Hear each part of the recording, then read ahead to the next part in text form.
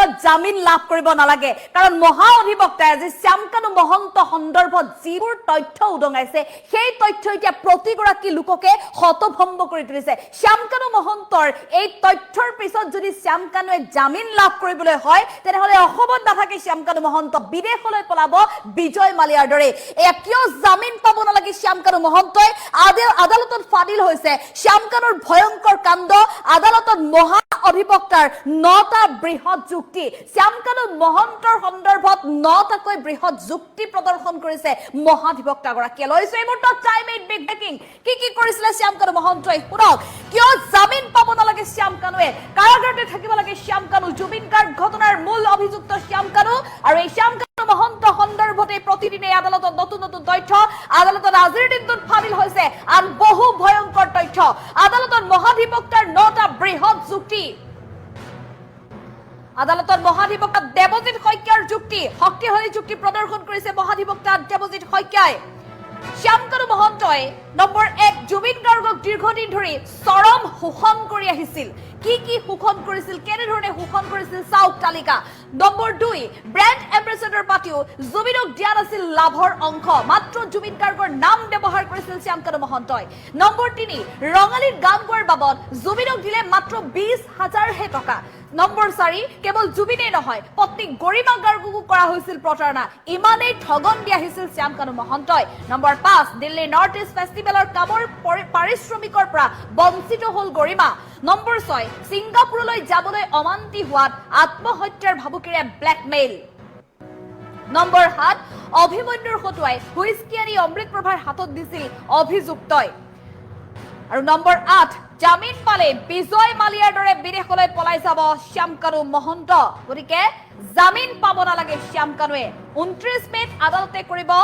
শ্যামকানু মহন্তৰ জামিন আবেদন সন্দৰ্ভত ৰায়দান আৰু ৰায়দানৰ পূৰ্বে আজিৰ দিনটোত শ্যামকানু মহন্ত সন্দৰ্ভত আৰু বহু তথ্য পোহৰলৈ আহিছে আমি পুনৰ জনাইছো এয়া ডাঙৰ খবৰ সমগ্ৰ ৰাজ্যত যেহেতু প্ৰতিগৰাকী লোকে অপেক্ষাৰত যে জুবিন গাৰ্গক ন্যায় প্ৰদান কৰিব লাগে জুবিন গাৰ্গৰ পত্নী গৰিমা শইকীয়া গাৰ্গে ইতিমধ্যে এই কথা উল্লেখ কৰিছে জুবিন গাৰ্গ এনেটা অসমীয়াৰ হত্যা যিয়ে অসমৰ প্ৰতিগৰাকী লোকক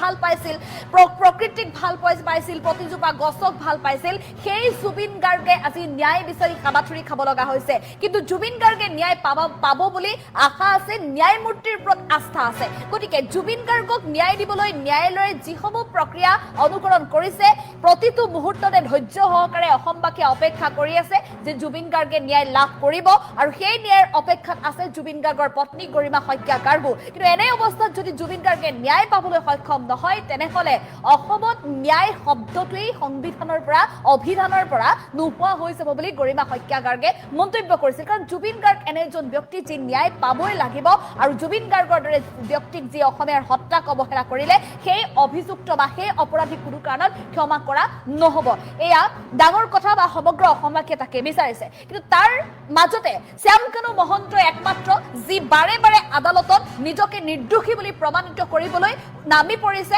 আৰু অধিবক্তাক ক্ৰয় কৰিছে বুলি ক'ব লাগিব কাৰণ তেওঁৰ পক্ষে শ্যামকানু মহন্তৰ সপক্ষে যুক্তি প্ৰদৰ্শনৰ বাবে নামি পৰিছে একাংশ কোলাকুট পৰিধান কৰা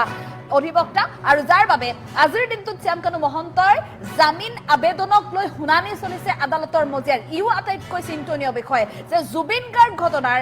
অভিযুক্ত আৰু মূল অভিযুক্ত শ্যামকানু মহন্ত সেই শ্যামকানু মহন্তই জামিন বিচাৰি আদালতত আবেদন কৰিবলৈ সুযোগ লাভ কৰিছে কিন্তু এইগৰাকী শ্যামকানু মহন্তৰ জামিন আবেদন সন্দৰ্ভত যেতিয়া শুনানি চলি আছে শুনানিত আজিৰ দিনটোত আৰু বহু তথ্য পোহৰলৈ আহিছে জুবিন গাৰ্গকে নহয় টাৰ্গেট আছিল শ্যামকানু মহন্তৰ জুবিন গাৰ্গৰ পত্নী গৰিমা শইকীয়া গাৰ্গকো কাৰণ জুবিন গাৰ্গৰ পত্নী গৰিমা শইকীয়া গাৰ্গকো লুণ্ঠন কৰিবলৈ নামি পৰিছিল শ্যামকানু মহন্ত এয়া নতুন তথ্য পোহৰলৈ আহিছে শ্যামকানুৱে জুবিন গাৰ্গক দীৰ্ঘদিন ধৰি শোষণ কৰি আছিল ইমানেই শোষণ কৰিছিল জুবিন গাৰ্গক শ্যামকানু মহন্তই আৰু যাৰ বাবে আজি সমগ্ৰ অসমবাসীৰ সন্মুখত এই শ্যামকানুৰ মুখৰ আৰৰ যিখন মুখা সেই মুখা খোল খাইছে আদালতৰ মজিয়াত দ্বিতীয়তে হৈছে যি নৰ্থ ইষ্ট ফেষ্টিভেলৰ ব্ৰেণ্ড এম্বেচেডৰ আছিল জুবিন গাৰ্গ নাম ঘোষণা কৰিছিল জুবিন গাৰ্গক সমগ্ৰ অসমবাসীয়ে জানে সমগ্ৰ উত্তৰ পূৰ্বাঞ্চলৰ জনসাধাৰণে জানে যে নৰ্থ ইষ্ট ফেষ্টিভেলৰ ব্ৰেণ্ড এম্বেচেডৰ জুবিন গাৰ্গ কিন্তু সেই জুবিন গাৰ্গক কেৱল মাত্ৰ নাম মাত্ৰ ব্ৰেণ্ড এম্বেচেডৰ কৰিছিল লাভৰ অংশই দিয়া নাছিল ইমানেই জুবিন গাৰ্গক বেয়াকৈ ব্যৱহাৰ কৰিছিল সহজ সৰল জুবিন গাৰ্গক শ্যামকানু মহন্তই কিদৰে লুটি আছিল সেয়াও আজিৰ দিনটোত আজি মহাধিবক্তা দেৱজিৎ শইকীয়াই যুক্তি প্ৰদৰ্শনেৰে যুক্তি সহকাৰে আদালতৰ মজিয়াত উদঙাইছে তথ্য কেৱল ইমানেই নহয় ৰঙালীত জুবিন গাৰ্গে যি গান গাইছিল সেই জুবিন গাৰ্গক মাত্ৰ 20,000 টকাহে দিছিল জুবিন গাৰ্গক আৰু মাত্ৰ 20,000 টকা কিদৰে পাৰে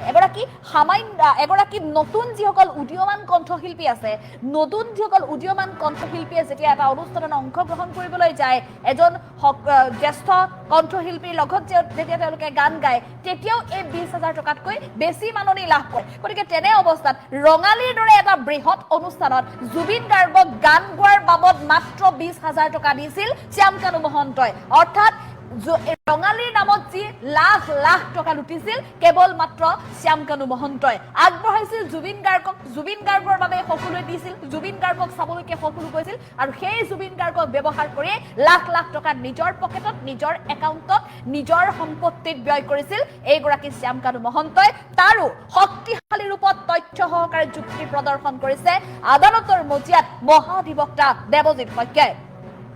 কেৱল জুবিন গাৰ্গকে নহয় টাৰ্গেট আছিল শ্যামকানু মহন্তৰ জুবিন গাৰ্গৰ পত্নীকো কাৰণ জুবিন গাৰ্গৰ পত্নী গৰিমা গাৰ্গকো ইমানেই প্ৰতাৰণা কৰিছিল যে দিল্লীৰ যি নৰ্থ ইষ্ট ফেষ্টিভেলৰ ডিজাইনাৰ হিচাপে গৰিমাক পাৰিশ্ৰমিক দিয়া নাছিল কষ্ট কৰিলে সকলোৱে জানে তেওঁ ডিজাইনাৰ এগৰাকী গতিকে সেইগৰাকী জুবিন গাৰ্গৰ পত্নী গৰিমা শইকীয়া গাৰ্গক নৰ্থ ইষ্ট ফেষ্টিভেলৰ যি ডিজাইন কৰিব লাগে সেই কষ্টিউম ডিজাইনৰ বাবে পাৰিশ্ৰমিক কিন্তু নিদিলে গৰিমা শইকীয়াক ব্যৱহাৰ ঠিকই কৰিলে কিন্তু পাৰিশ্ৰমিক নিদিলে ছিংগাপুৰলৈ যাবলৈ যেতিয়া অস্বীকাৰ কৰিছিল জুবিন গাৰ্গ ছিংগাপুৰলৈ নিয়াৰ ক্ষেত্ৰত যেতিয়া বা পঠিওৱাৰ ক্ষেত্ৰত যেতিয়া গৰিমা শইকীয়া গাৰ্গে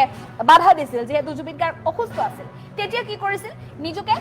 নিজকে শেষ কৰি দিয়াৰ ভাবুকি প্ৰদান কৰিছিল ব্লেকমেইল কৰিছিল জুবিন গাৰ্গক ব্লেকমেইল কৰিছিল গৰিমা শইকীয়াক ব্লেকমেইল কৰিছিল আৰু যাৰ বাবে ছিংগাপুৰলৈ যাবলৈ বাধ্য হৈছিল জুবিন গাৰ্গ ইমানেই বছৰ ধৰি এই জনসাধাৰণ যিখিনি মানুহে অসমৰ লোকে জুবিন গাৰ্গক ভাল পায় হৃদয়েৰে ভাল পায় সেই মানুহখিনিৰ চকুৰ সন্মুখতে এনেধৰণে শ্যামকানু মহন্তই লৈ ফুৰিছিল জুবিন গাৰ্গক লগত আৰু লুটি ফুৰিছিল জুবিন গাৰ্গৰ পৰা এনেধৰণে এতিয়া সকলো তথ্য পোহৰলৈ আহিছে কেৱল ইমানেই নহয় জুবিন গাৰ্গক শেষ কৰাৰ বাবে ইমানেই পৰিকল্পনা ৰচিছিল শ্যামকানু মহন্তই অভিমন্যু তালুকদাৰ যি ছিংগাপুৰৰ প্ৰবাসী অসমীয়া হাঁহি গুৱাহাটীত আহি সংবাদ মাধ্যমৰ সন্মুখত কিদৰে মন্তব্য কৰিছিল আপোনালোকে দেখিছিল সেই মন্তব্য সেই অভিমন্যু তালুকদাৰ হতুৱাই হুইস্কি অনাইছিল শ্যামকানু মহন্তই আৰু অমৃত প্ৰভাৰ হাতত দিছিল অভিমন্যু তালুকদাৰে অৰ্থাৎ এডাল চেইন সৃষ্টি কৰিছিল শ্যামকানু মহন্তই জুবিন গাৰ্গক শেষ কৰিবলৈকে সকলো পৰিকল্পনা এতিয়া জল পটকৈ পোহৰলৈ আহিছে আদালতৰ মজিয়াত গতিকে কেতিয়াও শ্যামকানু মহন্তৰ দৰে অভিযুক্তই কোনো কাৰণত জামিন পাব নালাগে আৰু জুবিন গাৰ্গক যেতিয়ালৈকে ন্যায় নিদিয়ে প্ৰতিগৰাকী অসমবাসীয়ে এতিয়া আশা কৰিছে যে জুবিন গাৰ্গক ন্যায় দিবলৈ চৰকাৰে বা ন্যায়ালয়ৰ তৰফৰ পৰা ক্ষিপ্ৰভাৱে ন্যায় প্ৰক্ৰিয়া আগবঢ়াই লৈ যায় কাৰণ জুবিন গাৰ্গে যেতিয়ালৈকে ন্যায় নাপায় এই অৱস্থাত ন্যায় প্ৰক্ৰিয়া চলি থকাৰ সময়ত যদি শ্যামকানু মহন্তৰ দৰে জুবিন গাৰ্গ ঘটনাৰ মূল অভিযুক্ত সেই মূল অভিযুক্তই যদি জামিন পাই ওলাই আহে তেনেহ'লে কোনো আইনৰ নিয়ম নীতি নামানে এইগৰাকী শ্যামকানু মহন্তই পলাব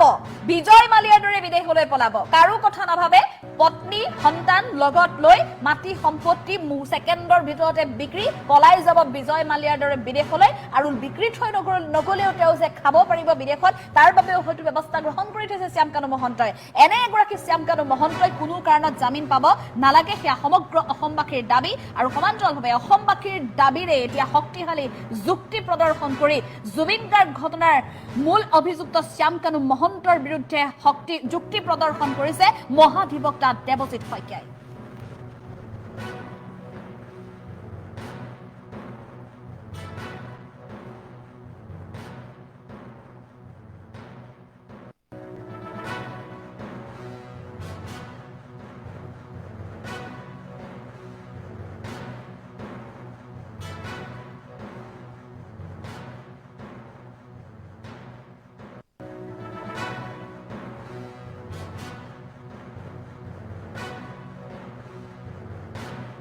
সন্দৰ্ভত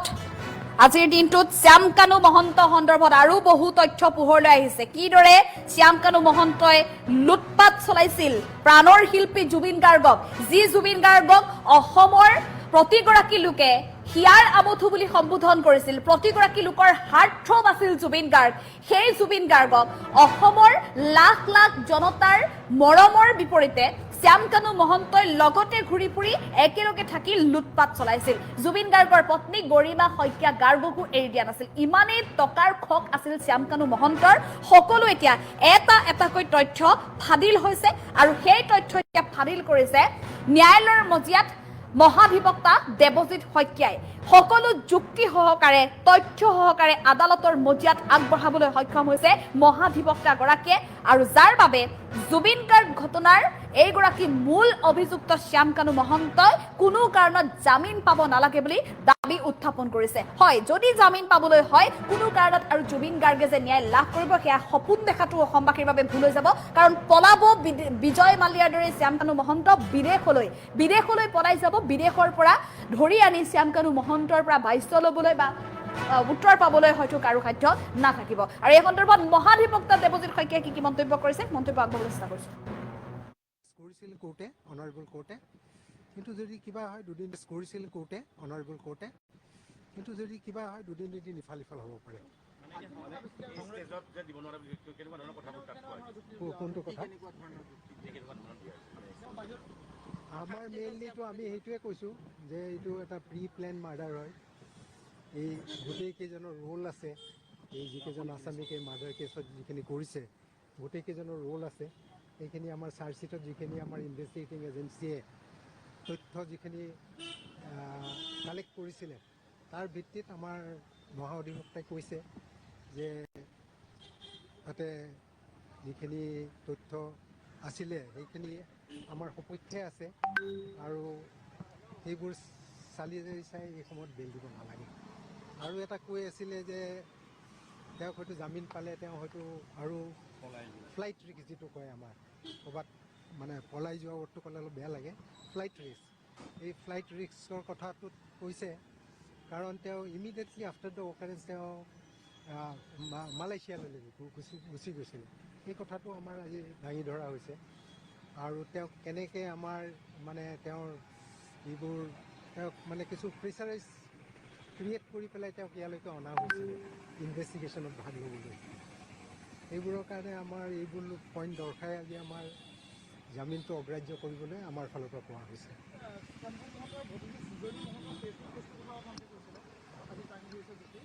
তেওঁলোকৰ ফালৰ পৰা কৈছিলে সেইটো